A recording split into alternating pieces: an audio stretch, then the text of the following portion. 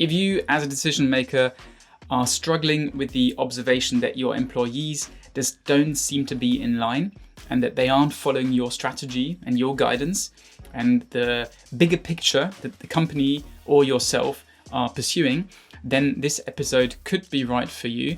And my second story that I'm going to cover in this episode is about mental health. So if you are concerned with the state of mental health within your business and you are unsure about which strategy could be a strategy worth following, then stay tuned. These are the two stories that I'm going to cover.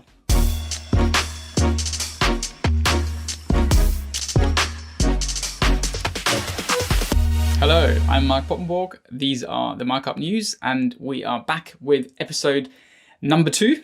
I'm still warming up. It's still early days. I put a lot of work into this. Once again, I've got 2 cherry-picked, perfectly suited stories for you.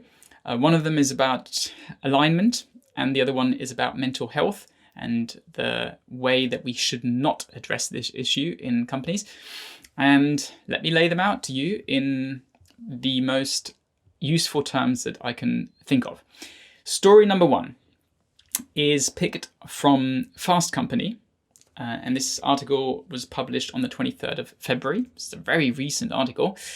And the authors are Adam Bryant and Kevin Scherer, the former being the director of consultancy called Merrick & Co. And Kevin Scherer being the CEO of Amgen, which is a biotech company. And this article calls for leaders to over-communicate to the extreme until they, quote unquote, get tired of hearing it themselves. So what this article tries to do is address the issue of disalignment. So, you're calling for a grander cause, you've got a grand vision, you've got a strategy that you want people to follow. What you experience is the opposite. People seem to be disaligned. They seem to be doing their own thing. They don't seem to be working towards a common goal, and you want to address this issue. Leaders, this is why you should embrace over-communication. That's the title of this article. And the claim they're making is that only by communicating their vision and strategy in very simple terms and repeatedly will employees understand and work by this strategy. Otherwise, they will just fill the vacuum and concoct dark fantasies about why nothing is being said from the top, and they're going to behave like little quote-unquote bunnies who keep jumping out of the basket and have to be put back into the basket so everyone walks in line.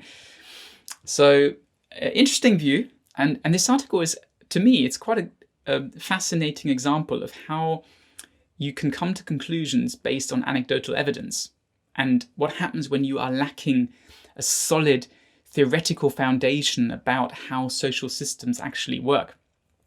And this is how you come to conclusions that, to me, are very unlogical.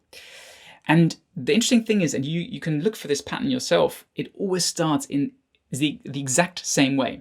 So you've got someone who will claim that in order to be successful, you need to do X, Y, Z.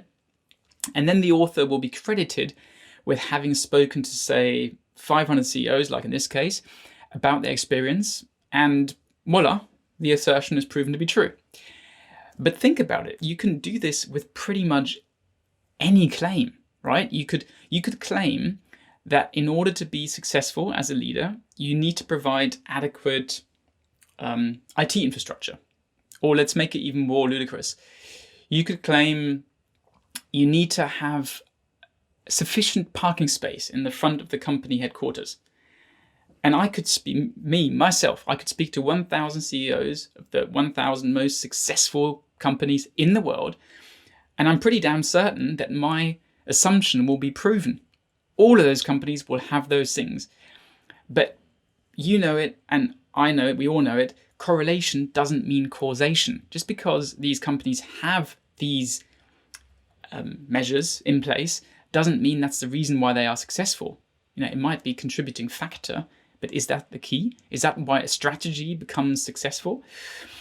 And we see this all over the place. If people don't work with solid theoretical foundations, they are thrown back to collect anecdotal evidence. They are thrown back into conducting interviews with alleged experts or just a big sample of managers who make a similar claim.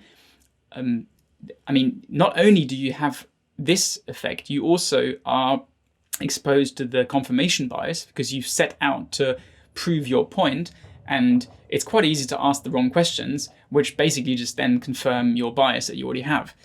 And this all happens if you don't access some kind of theory about how social systems actually work. Otherwise, it's very difficult to see why, in this case, for example, employees aren't aligned and how you could address this problem. Now, implicitly, and this is to me quite revealing, the authors of this article kind of admit their own lack of insight by saying, quote, "The need to constantly remind people of the strategy can seem puzzling. After all, people are smart, and presumably they can remember the key components of a simple plan from week to week. So it seems puzzling, but we don't seem to care too much. We're just gonna go on and not find out what is actually causing the puzzle. So instead, we're going to resort to over-communication, as it seems like a very plausible relief or treatment. And it seems like the most logical conclusion to our findings. So, people are unaligned, so let's over-communicate our message, and then surely they will get it." And then they quote a CEO to back their claim, who says, "I've come to realize that no matter how smart the people are who you're communicating to, the more of them there are, the dumber the collective gets. And so you could have a room full of Einsteins, but if there are 200 or 300 of them, then you still have to talk to them like they're just average people. As the audience gets bigger and bigger, your message has to get simpler and simpler, and the bullet points list has to be shorter and shorter." In other words, guys, we don't want to say people are dumb, but we're just going to assume so anyway, implicitly. What I'm getting at here is it's so prototypical. It's this absence of knowledge of how social systems behave that lead to these very intuitive reactions, right? It seems plausible, but it doesn't actually address the root cause of the problem. The people aren't aligned. Well, surely that means they don't get the message. So surely we just have to make it more simple and we have to say it more often. But let's have a look at what could be the cause of this puzzle. How could we go about this problem in a different way? So the problem seems to be the lack of alignment, right? The employees don't seem to be making decisions that match the strategy and that contribute to a greater cause. And hence, there's a call for more clarity. The employees themselves ask for more clarity. They themselves go to the managers and say, "Can you please explain to us what we are meant to do? We obviously seem to be failing your expectations, so we need more clarity, we need more direction, we need more guidance." But the true reason for this kind of behavior is actually very often a reaction to the exposure to a contradictory set of explicit and implicit expectations. So let me explain that. You've got a grand vision, and that's announced by top management, calling for example, more creative and disruptive behavior. At the same time, you've got very conservative management practices in place that essentially dictate a repetitive behavior and are in themselves strong references for daily decision making. So based on the bold new callings, there's some new projects, say, that are initiated and they are staffed part-time or full-time. And then very often you've got a new CEO who comes into office who replaces the old one. And just because he's new, he obviously has to call for some kind of amended or entirely new strategy.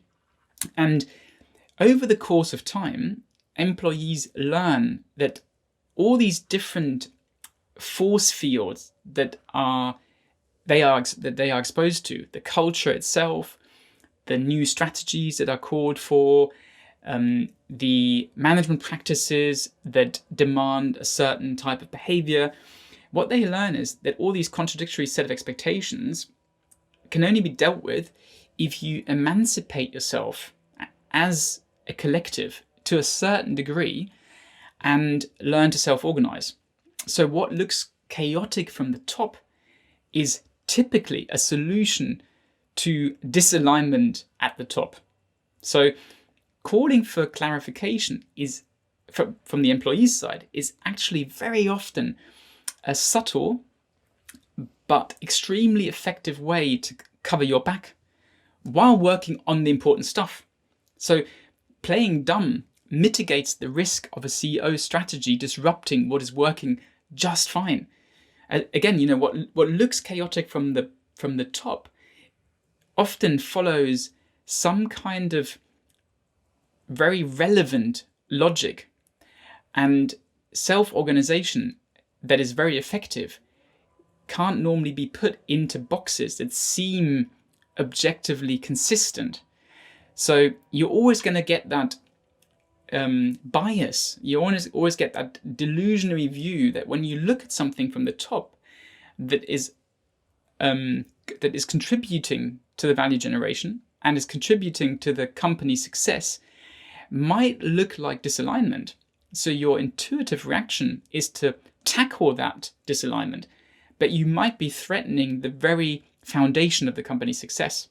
So often it's not actually the people who are dumb, but the CEOs. They are missing the essential point. And what managers could benefit from majorly is to read this organizational map, to understand these underlying patterns that are holding things together, the glue that makes a company successful. Most people consider an organization dead. They just assume that without decision makers, things would just fall apart. They would just fall out of existence. Like if there's no smart managers or smart consultants who help a company and hold a company's hand, it's not going to operate in any way, shape or form that contributes customer value to the business. But it does. It self-organizes all the time. And especially in large corporations where the board is basically just a reflection of constant change because, you replace one senior level by another, there has to be some kind of emancipation. And all these callings for more clarity, all these callings for more, for clearer messages, often they aren't actually that. They are just a very smart strategy to stop management from getting into your way. And if you don't understand that as a manager, you can just keep doing that forever and you're not going to have any positive impact. So to sum this up, if you are a manager and if you are experiencing a situation that you feel tempted to address by over-communicating, next time what you could ask yourself is, what might be a good reason for my employees to act in the way that they are? What might be a good reason for the employees to act in a way that suggests they don't understand the strategy? Like you assuming they don't understand the strategy, but maybe they are understanding the strategy, it just doesn't make sense to them. So they're just playing this behavior. It's a show that's been put on to distance yourself as a manager from what is working just fine. And again, if you don't understand those patterns, you can't act effectively as a manager, which sometimes is just an expression of leaning back and reading the things that are working well, understanding the underlying patterns in an organization, and then leveraging those patterns, leveraging what is working to cause more effective patterns in other places of the business. That's what you can help with. Right, let's move on to story number 2. All right, story number 2, mental health in the workplace, the coming revolution. That's the title of this article. It appeared in the McKinsey quarterly. I'm gonna get back to that in a second. And this article talks about what we can do to address the increasing mental health concerns at work. And I'm going to lay out why I believe that the conclusions of this article are not only ineffective, but outright harmful. And I'm going to read out a section from the first third of the article where the authors demonstrate their general cause. And then I think you're going to get an idea of what this whole article is about. So in this article, we argue that mental and substance use disorders, sometimes referred to as behavioral health conditions, are real, pervasive, and expensive. They cost companies money directly for treatment expenses and indirectly and more expensively from increased healthcare expenditures, turnover, and diminished productivity. Employees need and increasingly demand resources to help them cope with mental health problems. If companies make mental health services more accessible and intervene in the workplace in ways that improve well-being, they will simultaneously make investments that will provide real improvements in employee outcomes and consequently in company performance. Right. So that's what the article is talking about. Some formalities before we get this, before we get going. The article was published in no less than McKinsey Quarterly, and the authors are the highly acclaimed Jeffrey Pfeffer, who is a professor of organizational behavior at Stanford, and he also wrote Dying for a Paycheck, and Leanne Williams, who is a professor in psychiatry and behavioral sciences, also at Stanford, and the founding director of the Stanford Center for Precision Mental Health and Wellness. Right, now that we've got this out of the way, let's look at the article. And just to warn you, my conclusions are pretty, let's say, ruthless, because I definitely don't agree with their conclusions. When I read the article, I literally thought, this is dangerous. This is a tendency we need to stop. We need to stop letting academics publish material that is serving the exact opposite of what they set out to serve. And I claim that that's what these two authors are doing. And at the same time, I truly believe that both Jeffrey Pfeffer and Leanne Williams wrote this article with best intentions. And they have all the faith in the world that what they say is helpful. So if you two, Jeffrey, Leanne, if you're watching this, in no way do I want to deem you bad people. In fact, this is part of the whole calamity, I think. If at least I knew you had bad intentions, then we could just single you out, right? You know, I could just call you two black sheep, and I could say we need to get rid of them, you two, and then we could get back to what we know. But there is such a distorted view of reality in the academic management world that I truly struggle to imagine how we can hope for any substantial change here. And this example of this article is particularly bad. So let me explain what I'm so agitated about. Actually, let's do an experiment. You go ahead and you read this article. It's in the show notes, and you guess why I believe the article is harmful, and you guess why I think there should be a very different view at how we could tackle mental health problems. So if you want to, just pause the video now and come back when you've drawn your conclusions, because after all, that's what this whole show is about. I want to help you train critical thinking. So if you want to, you could match your conclusions with mine, and then we can see where we agree and where we disagree, and maybe we can have a debate about it in the comments section. So let me walk you through this. The article sets off to paint a pretty grim picture of where we are and where we stand with mental health issues. And quite frankly, I can neither confirm or oppose any of the findings. The stats look solid. It looks like they did some really decent research on this whole issue. And there's loads of figures on how depression has risen, and obviously also how COVID has propelled this whole trend of mental health issues. But when we move forward towards the implications for companies, the authors reference a study from 2019, and this is where it starts getting interesting to me, because I have no doubt that we have prevailing mental health issues, and that there's a real tendency that this is getting worse. I in no way, shape, or form am I distrusting these figures. It's more the conclusions that I'm critical about. And there's this reference to the study conducted in 2019 by a company called Ginger, and they are saying the following: 91% of employees surveyed believed that their employers should care about their emotional health, and 85% said that behavioral health benefits were important when evaluating a new job. In fact, the respondents said that when evaluating the benefits of a new job offer, on-demand mental health support came second after corporate wellness initiatives, ahead of financial advising, gym memberships, and free meals. So this is a first hint on what the authors believe is the correct treatment. It's benefits. It's more benefits. It's more intervention, basically. And by the way, guess what the company, Ginger, does for a living? The company that conducted this survey that I just read out to you, you guessed it, it obviously provides behavioral health coaching solutions. So it's in this market. So it's obviously no surprise that they come to these conclusions. Never trust, what I'm trying to say.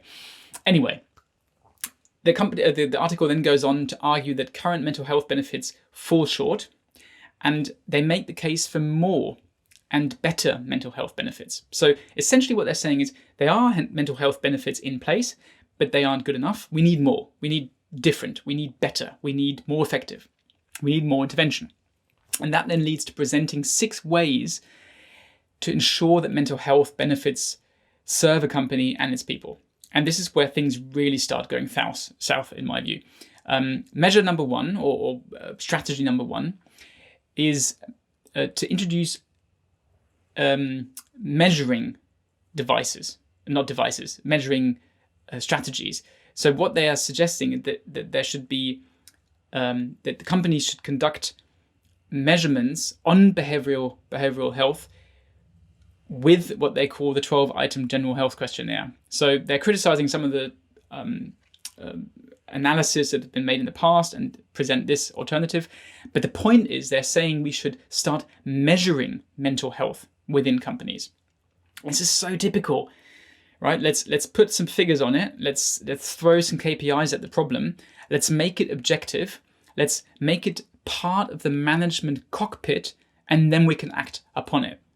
It's always the same. New problem, new KPIs, new widened figures within the management dashboard, hoping that will be the strategy to solve the problem. Number 2, the second way they think we should address the problem is making behavioral health a transparent priority. So what they're asking for is leaders to destigmatize mental illnesses and a signal that people can actually talk about this and that people should access the support the company actually provides. Now, I'm all for transparency where it's adequate, and I'm not criticizing this in its essence. It's just that, again, we're on a very superficial level here, I think, and I'm going to try to explain why I think we are in a minute. The third strategy that the authors recommend is to hold leaders accountable for making progress on employee mental health. Now, there we are again. It's another KPI. It's another way to implement pseudo objective measures to hold bosses accountable, and it's another expectation on the list of expectations that bosses are meant to meet. And they say things that are measured and receive management attention lead to accountability, and they expect that will solve the problem. Strategy number 4 is exploring a range of new services, including online interventions and stuff like Headspace. You've heard of the app, and obviously all the services Ginger provides. Number 5 is working closely with your health benefits administrator to ensure adequate behavioral health coverage, which basically means as a boss, you should convince your insurance to get on board and finance those benefits. And finally, to consider on-site mental health services. So like, company paid doctors and stuff like that, because that's cheaper than always sending people to off-site doctors. So essentially incorporating your life or mental health issues into your workplace. And this is where I really disagree. And there's 2 main things that I think are fundamentally wrong with this whole proposition that is presented here. Number 1, not in one single sentence, guys, not in one single sentence does this article address the most important of all questions. Why? Why do people have mental health issues? Why are employees experiencing this in the first place? All this article does is to recommend treatments. All it does is to tackle the symptoms. But what about the causes? Well, if people didn't used to have as many mental health issues, which is what the article is suggesting based on the statistical analysis, why is the solution to the problem to treat them rather than to ask for the real cause of the change and the increasing prevalence of mental health issues? Why are we not asking for the causes? And we know very well by now that people's psychological well-being has a lot to do with their feeling of worthiness, right? So having a cause in life, feeling needed, contributing to something that appears to make sense individually, something that I feel is important and makes a difference, that's what we need. And I really like to compare this to a football team. So imagine as a football team, you're training towards the next big tournament, and in your preparation, you are finding yourself in a lot of situations in which you feel like what you're doing right now doesn't actually benefit the cause. It doesn't actually help us level up. It doesn't actually help us increase our capability to face the challenges of this tournament. Let's assume the coach thinks playing chess is a good strategy because it widens your cognitive capacity on the actual football pitch. And because of that, you spend 60% of your time playing chess, to make it really absurd. Of course, you as a player would feel absolutely frustrated, because what you could feel is what you're doing is not really helping the outcome of the challenge you set out to achieve. And the same happens at the workplace. People come to work in the morning and they can sense, together with their colleagues, they can sense that what they are doing isn't immediately benefiting the actual reason for existence of the company. Some employees spend 60, 70, 80, 90, almost 100% of their time doing bullshit work, meaning serving the system, conducting tasks that have no connection to the real value generation. And people are smart. People can sense that. People are frustrated by this. You want to feel worthy of, you want to feel like you're doing good. You want to feel like you're actually contributing to something that has meaning. And because the tendency is to create these huge bureaucratic structures and increase the management practices that we introduce and have more KPIs, like I was saying just now, and now we're starting to measure mental health. People are increasingly consumed by bureaucracy and have less time left to work on the actual value generation. And that is deeply frustrating. That's the first one that I totally disagree with. So instead of addressing the real cause of mental health issues, which I think is not only, but very strongly connected to my ability to feel that I'm contributing to something that is valuable.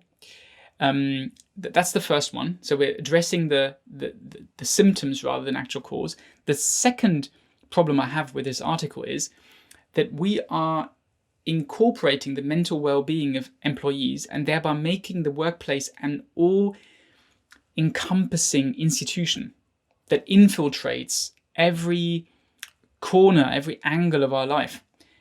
And there's this proclivity for nanny state-like businesses that are encroaching on people's privacy.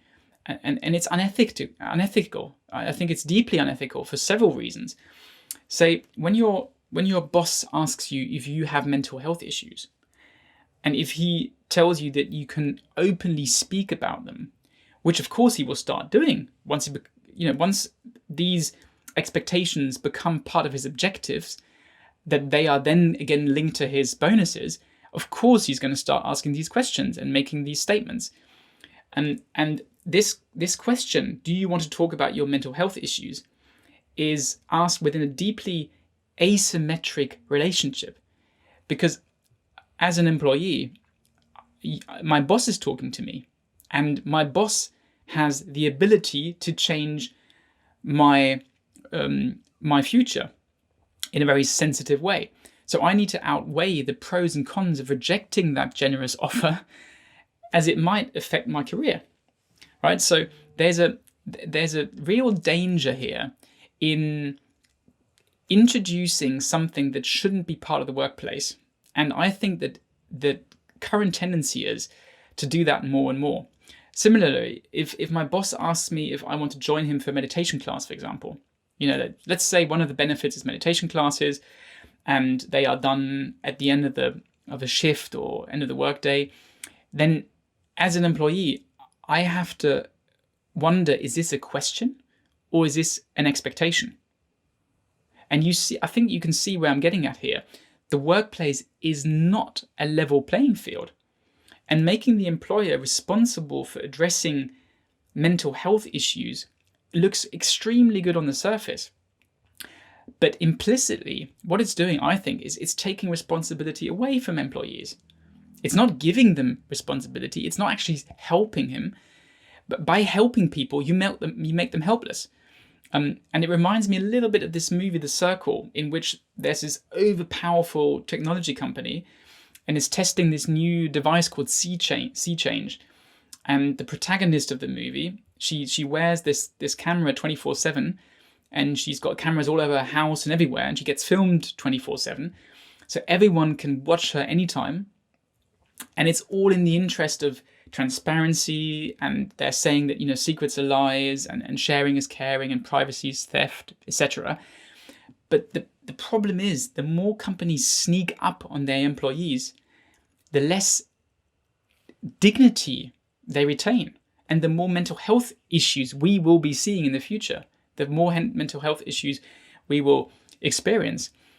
So I think the fundamental problem with this proposition that is being laid out in this article is A, we're not actually addressing the root cause of the problem, and B, we are infantilizing our staff by making mental health an integral part of work. It shouldn't be. There should be a clear distinction between my private life and my workspace. Or let's say I should be the one being able to determine whether I make my private issues a part of the conversation.